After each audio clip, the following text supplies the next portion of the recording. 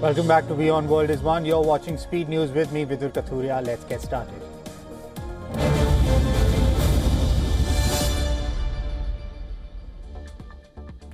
US President Donald Trump has said that he is considering a range of military options in Nigeria following the killing of Christians in the country. Speaking to reporters aboard Air Force One, Trump did not rule out deploying US troops on the ground or launching airstrikes. He said that the attacks were occurring in very large numbers and emphasized that the United States would not allow such killings to continue.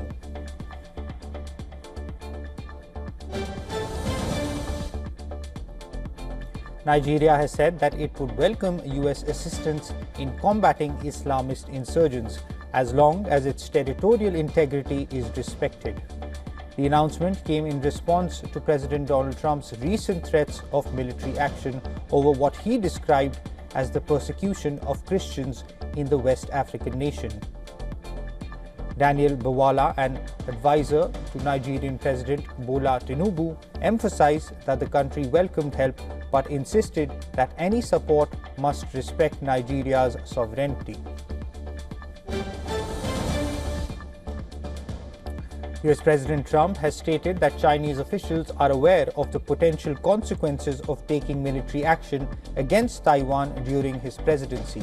On CBS News' 60 Minutes, he was asked whether he would defend Taiwan if China acted against the island. Trump did not provide a direct answer but indicated confidence that such an event would not occur. Last week, Trump met with Chinese President Xi Jinping for the first time in 6 years, during which the leaders highlighted agreements between the two countries amid economic tensions, as well as Trump's announcement that the US would resume nuclear testing. He said Taiwan was not discussed during their meeting.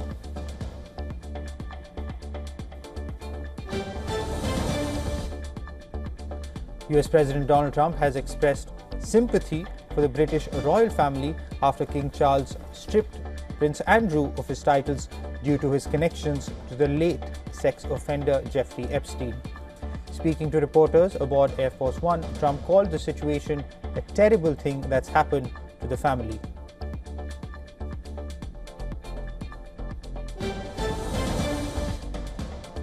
The Pentagon is pushing to strengthen defense cooperation with Vietnam. US Secretary of War Pete Hegseth has called for closer military ties as talks continue on potential arms supplies. Vietnam, long reliant on Russian-made weapons, is seeking to diversify and modernize its forces. Since the US lifted its arms embargo in 2016, Washington has delivered 3 Coast Guard cutters and 3 T-6 training aircraft, with more support planned. Both countries agreed to promote security ties, explore joint defense projects, and expand efforts on war legacy cleanup, including dioxin removal from the Vietnam War.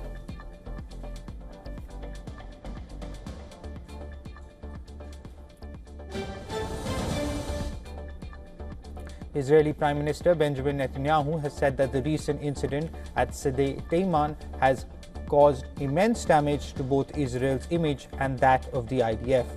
His remarks came after the country's top military prosecutor resigned last week, admitting she leaked a video showing soldiers assaulting a Palestinian detainee at the well-known military detention center. The resignation and the leaked footage have sparked criticism and raised questions about accountability within Israel's military justice system.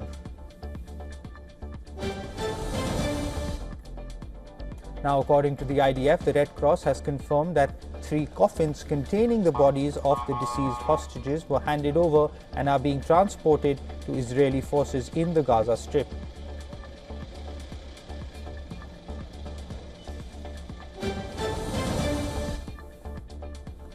Israel has warned of escalating attacks against Hezbollah in southern Lebanon. Smoke was reported across parts of the south as Israel said it would act if Lebanon failed to prevent Hezbollah from rearming. Prime Minister Netanyahu told a cabinet meeting that Hezbollah is attempting to rebuild its arsenal and that Israel reserves the right to self-defense under last year's ceasefire agreement if Lebanon does not stop it.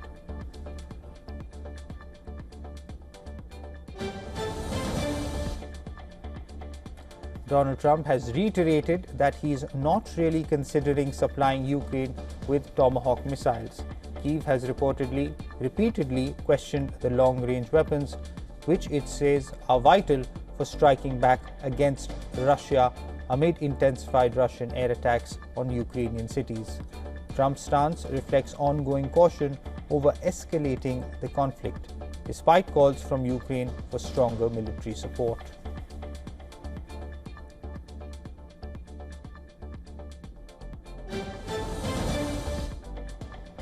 Ukraine's State Border Service has reported a surge in Russian strikes targeting the northern Chernihiv region, shifting from earlier attacks that focused on the northeastern Sumy and Kharkiv regions. Chernihiv, which borders Russia and Belarus, was partially occupied by Russian forces in February 2022 and has been facing several power outages due to recent attacks on Ukraine's energy infrastructure.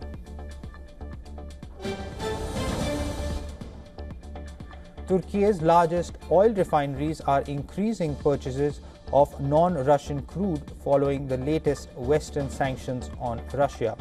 Traditionally a major buyer of Russian oil alongside China and India, Turkish refiners are now following India's lead in reducing reliance on Russian supplies, reflecting the impact of US, EU and UK efforts to limit revenue funding Russia's war in Ukraine. The shift has not been previously reported.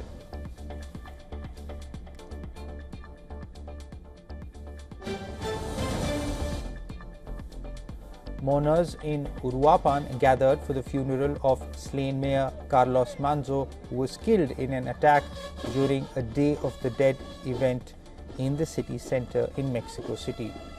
Security Minister Omar Garcia Harfuch condemned the assassination, calling it a painful and unjust loss caused by organized crime.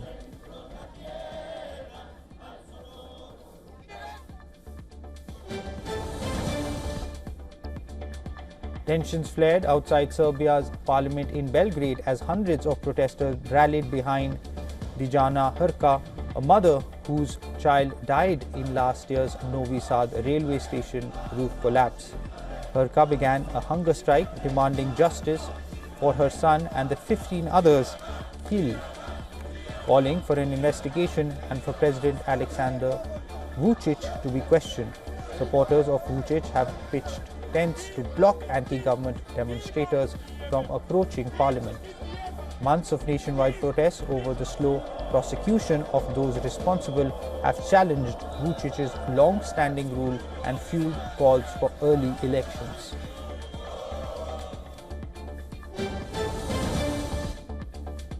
Nepal's Prime Minister Sushila Karki held a joint meeting with the chief ministers of all 7 provinces to discuss preparations for the March 5th general election. According to her press coordinator, the meeting aimed to strengthen dialogue and coordination between the federal and provincial governments in the current political context. Karki, 73, became Nepal's first woman prime minister in September following the ouster of KP Sharma Oli amid youth-led protests over corruption and social media restrictions. The meeting continues her consultations with political leaders and Gen Z representatives to build consensus ahead of next year's elections.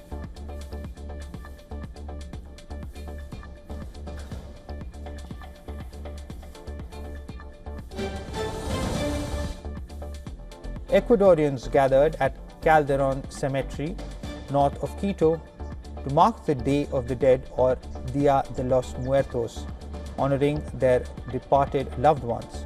The tradition, celebrated across Latin America, blends indigenous and Catholic customs as families honor the dead and symbolically welcome their spirits back. Visitors decorated graves with flowers, cleaned headstones, and shared meals besides their relatives' resting places, reflecting a deep sense of remembrance and connection between the living and the departed.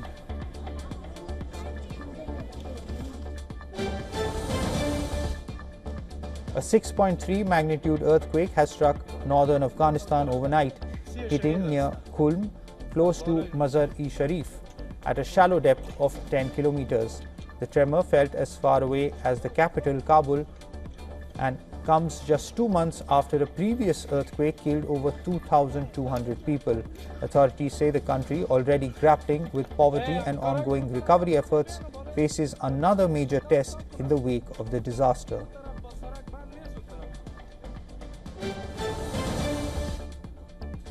UN Chief Antonio Guterres spoke with Jamaica's Prime Minister Andrew-Epstein, underlining the need for international support in recovery efforts.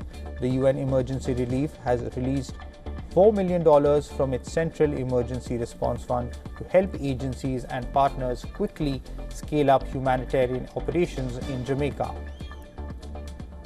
The Jamaican PM reported that Hurricane Melissa has claimed 28 lives on the island. Rescue teams and aid organizations have faced difficulties accessing some areas due to flooded roads, debris and damage.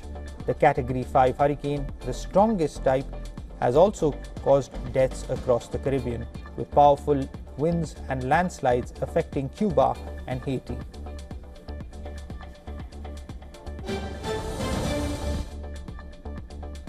Meta has denied allegations that it used adult content pirated from the web to train its AI models. The statement comes in response to a lawsuit filed by adult film production company Strike 3 Holdings, which stated that Meta corporate IP addresses were used to download thousands of adult films via BitTorrent. The studio claimed that Meta pirated at least 2,396 of its award-winning, critically acclaimed adult motion pictures to train its Meta Movie Gen large language models, as well as various other Meta AI models that rely on video training content.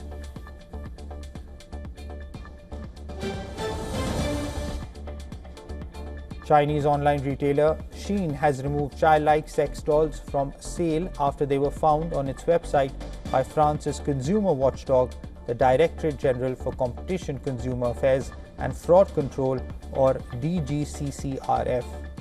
It said that it discovered the dolls along with other pornographic items and reported the matter to judicial authorities. In response, Shein said that items were immediately removed once identified and reiterated its zero-tolerance policy toward any content or products violating laws or company rules.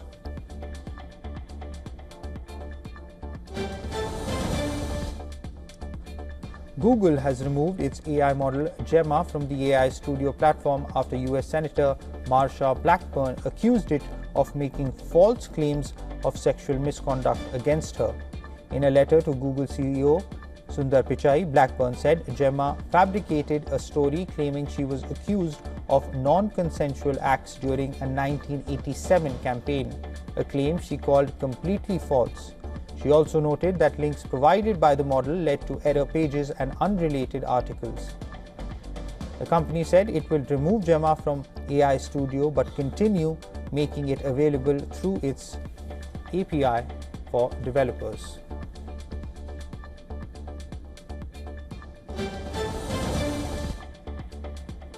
Crude oil prices climbed in early trade on Monday as the energy exporters group OPEC Plus decided to pause any additional production hikes through January to March 2026. After approving a modest 137,000 barrel per day increase for December, the move reflects growing concern over weak global demand and the threat of a supply glut.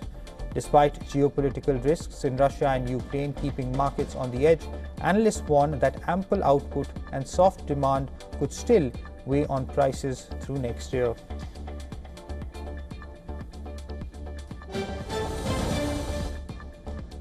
Asian stocks crept higher on Monday as traders weighed last week's mega-cap tech earnings that revealed massive AI capex, while the dollar held near a 3-month high after hawkish Fed commentary, while China's CSI 300 fell nearly 1% as the nation's factory activity growth narrowed.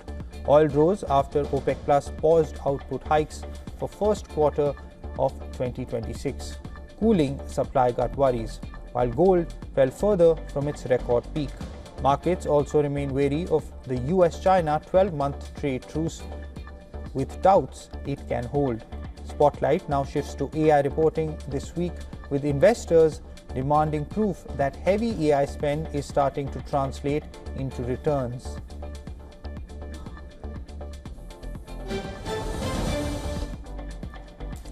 Gold prices dipped below $4,000 an ounce on Monday after China scrapped a long-standing value-added tax rebate for retailers selling gold, which had helped support the market in the world's largest consumer nation.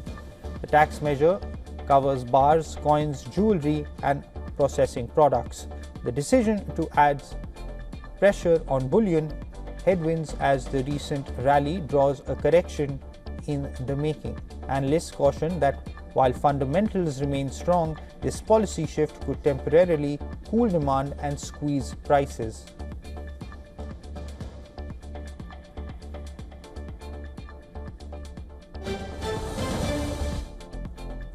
Australian home prices rose by their largest monthly margin in over 2 years in October, driven by recent interest rate cuts and government buyer incentives, according to data from Cotality.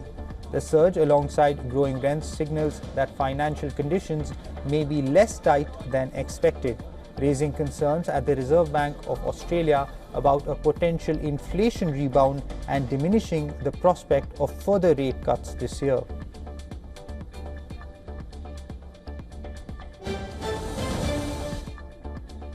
Sports now. India have been crowned world champions of the ODI World Cup for the first time in their history. Shafali Verma's whirlwind 87 and Dipti Sharma's all-round billions helped India beat South Africa by 52 runs in the final in Navi Mumbai. Batting first, half centuries from Shafali and Dipti powered India to 298 for 7. In reply, South Africa skipper Laura Woolward fought hard with a gutsy 101, but found little support from the other batters, as South Africa were bowled out for 246.